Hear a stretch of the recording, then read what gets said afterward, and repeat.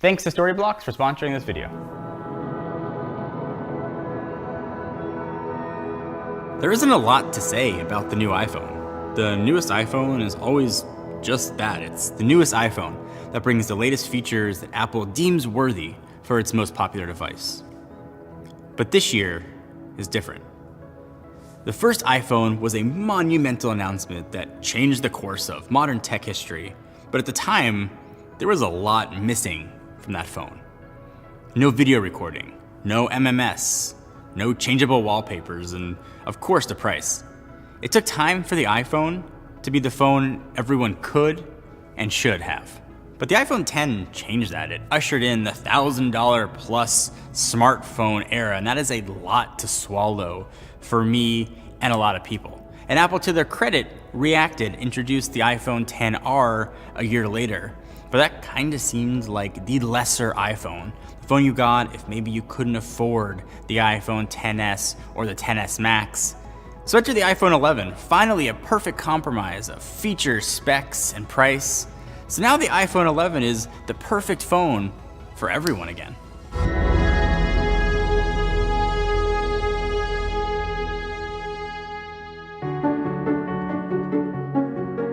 So when you look at the iPhone 11 next to last year's XR, aesthetically, they look really similar. They've got the same 6.1-inch liquid retina LCD display.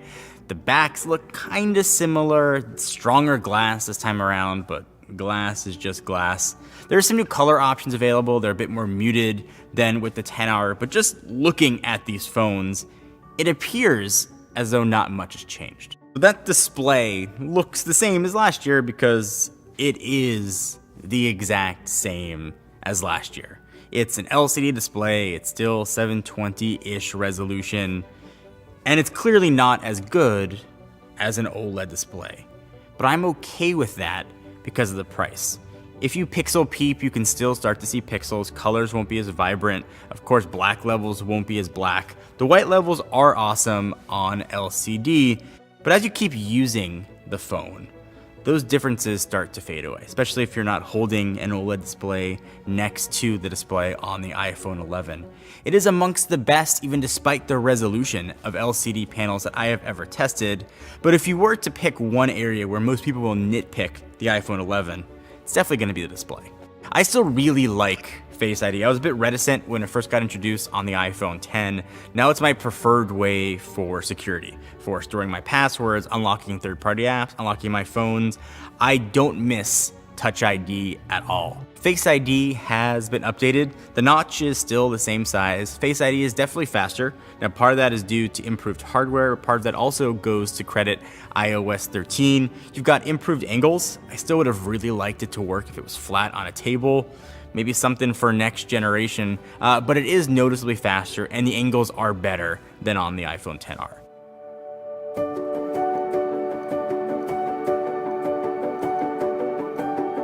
If you guys want to make awesome intros or sort of spice up your videos, the folks at Storyblocks have you covered. So you get unlimited downloads. Anything in the video member library is yours to download and use as much as you want, including HD and 4K footage, After Effects templates, motion backgrounds, and more whenever you sign up for the unlimited video plan. You can also download anything from the audio and image libraries and get all the sound effects, music, and photos you need with the unlimited all access plan. So all the footage is super easy to find. If you want like aerial footage and you don't own a drone or you're not comfortable flying one, they have aerial footage for you too. It really is footage and video for pretty much anything that you might need. Of course, it's all royalty free. You can use it on YouTube if you're making a commercial, whatever you want. You don't have to worry about that copyright flag. Storyblocks is really the first place you should go for stock video footage, B-roll, stock images, everything all in one place. If you want to learn more or check out Storyblocks for yourself, link to them down below.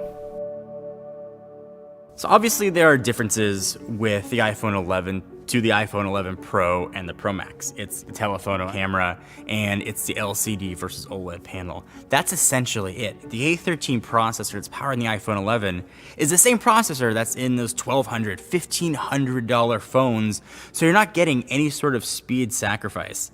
And in all fairness, I'm not noticing any difference in speed on the 13 versus the 12. You don't generally start to notice those improvements until like 8-ish months into the phone's life cycle, but we'll really notice it if you want to keep the phone for 2 or 3 years. That extra kind of headroom of horsepower is going to make the phone fly with iOS 14, iOS 15, when those inevitably start to hit. But ordinary things you're going to do, opening apps, playing games, watching videos, this thing is an absolute beast at handling any of that. Battery life was one of the big selling points of the iPhone XR. I think it's a lot of the reasons that people went for the XR instead of the XS or the XS Max. And it's slightly better here on the iPhone 11. You get about an extra hour-ish, according to Apple. So I have 2 different use cases. I use my phones pretty hard. I'm off the charger around 6 a.m. and then back on the charger around 11. There's a lot of video, gaming, social media, email, and just a lot of mindless zombie-like scrolling. By the time I was done with my phone at the end of the day, I had about 45 to 50%, which is huge, but I know my use is probably more heavy than other people. I actually bought my wife a the purple iPhone 11 for her. It was an upgrade from her iPhone 10, and I was checking her battery life every day. She doesn't use it nearly as much as I do. She had about 3.5 to 4 hours screen on time, and she had 71% battery life left at the end of the day, and she didn't charge it at any point throughout the day. That's insane. Your use case is probably somewhere in between, and there aren't that many phones where I can say these are 2-day phones in between charges. The iPhone 11 is one of those. If you sit at a desk and you have an hour or 2 to plug your phone in, then you're going to be able to last easily through the day. If there's a gripe with battery life on the iPhone 11, it's not even the iPhone 11, it's the silly 5-watt charger Apple's including in the box. This is capable of fast charging. I would have loved to have seen that 18-watt charger that you get with the Pro and the Pro Max with the iPhone 11. It's, again, capable of all those speeds, but that 5-watt brick makes me very sad.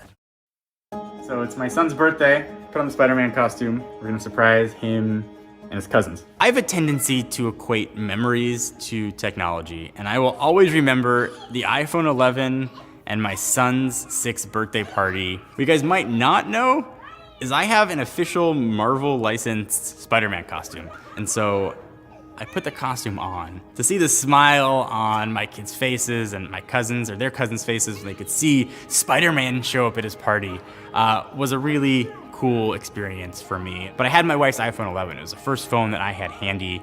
And it's cool that those photos will be preserved. Just kind of showing that phones now and cameras now, no matter what you're using, can preserve really cool memories. And I'm gonna have that with me for the rest of my life.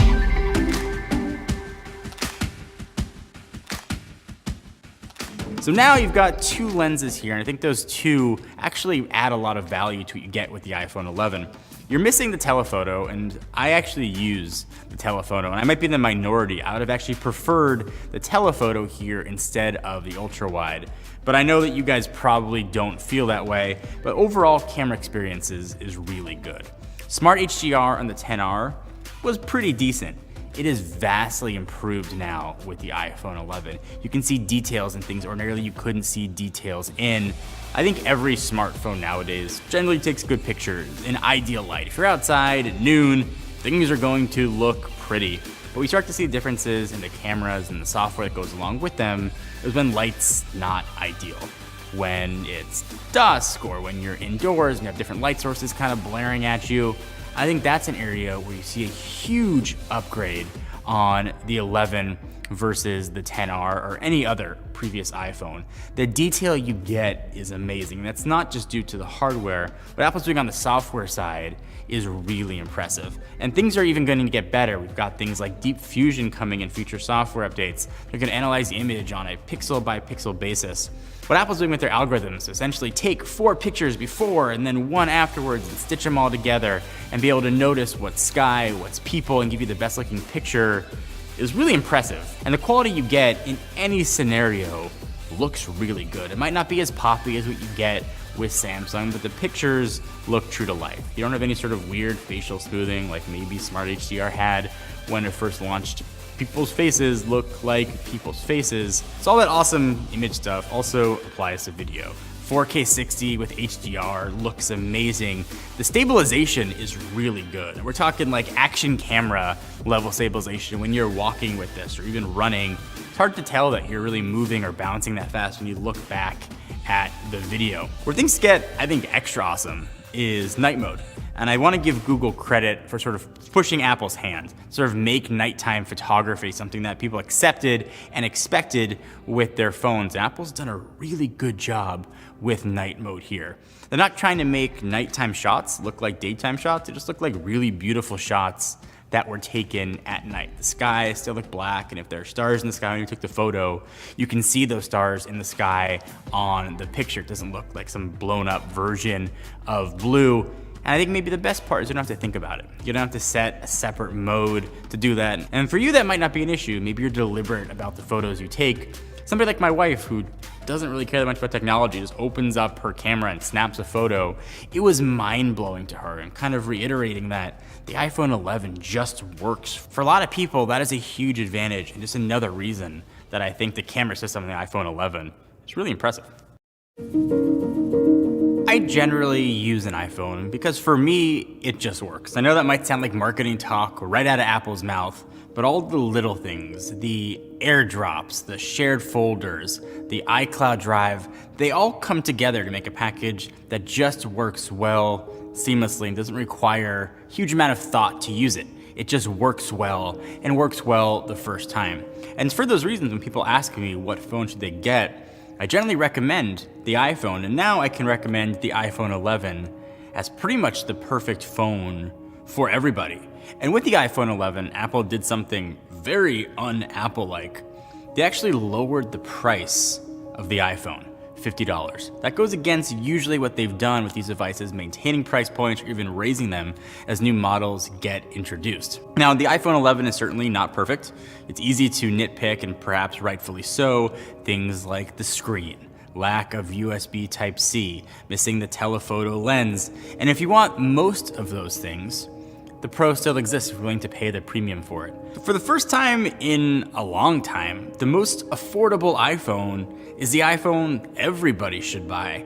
And that's a really big deal for folks looking to get a new phone. You no longer have to pay $1,000 plus to get the latest and greatest from Apple. You got the iPhone 11 waiting for you now with open arms. I hope you guys enjoyed our iPhone 11 review. A big thanks to Storyblocks for sponsoring this video. If you want to check them out, link to them down below.